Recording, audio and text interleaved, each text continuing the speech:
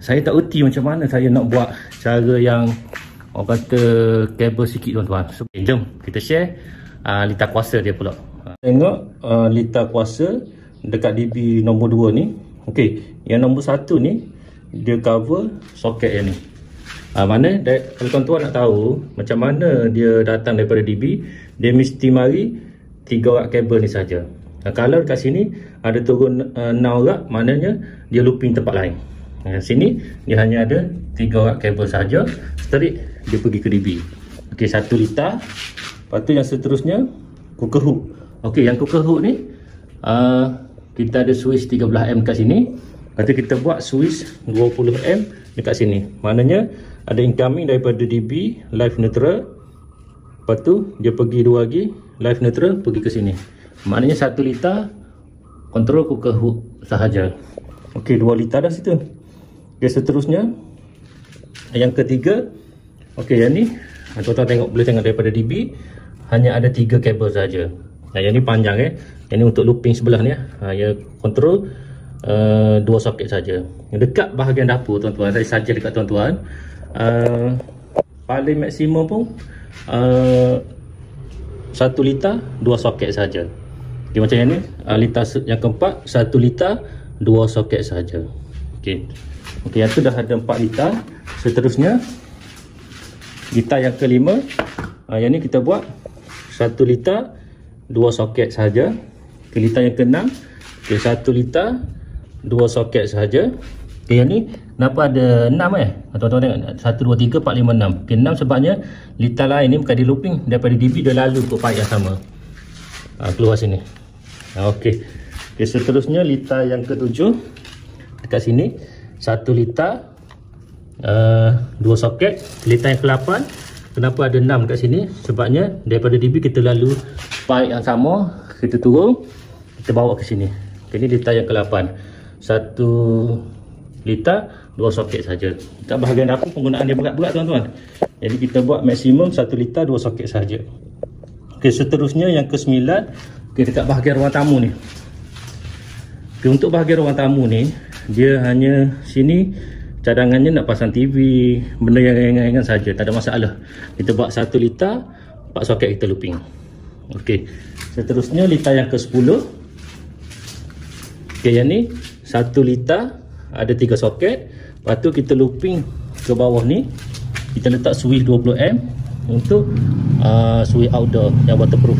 Jadi maknanya 1 litar 4 soket saja, tak ada masalah sebab penggunaannya ringan-ringan sahaja. Okey, untuk litar yang seterusnya, jadi dekat situ soket saja ada 10 litar tuan-tuan. Okey, seterusnya untuk litar aircon. Okey, untuk kabel soket tadi kita pakai 2.5. Untuk litar aircon, okay, yang ni kat bahagian dapur ni ada litar aircon, kita pakai kabel 4mm. Mana 1 litar hanya untuk 1 aircon, pakai kabel 4mm 1 litar. Dan kat ruang tamu pun ada juga litar aircon 1 litar. Okay, daripada DB tarik untuk 1 aircon sahaja. Yang ni pun pakai kabel 4mm juga. Tuan-tuan boleh tengok kat sini, besar punya kabel. Okey, dan last sekali satu lagi untuk water heater punya bilik air. Yang ni 1 litar untuk 1 water heater saja, pakai kabel 4mm juga. Okey, jadi dekat bahagian ni DB nombor 2 ni ada 13 litar semuanya tuan-tuan. Memang banyak tuan-tuan. Sebab tu kita buat 1 DB khas untuk bahagian dapur ni. Jadi nanti kita akan fitting DB dekat sini, dekat bahagian dapur ni. Tengok tuan-tuan berapa banyak dia punya kabel tu. Secekok kabel. Biasanya cekok ni kalau tuan-tuan panggil orang lain nak harga murah, biasanya secekok ni hanya dia cover satu rumah dah.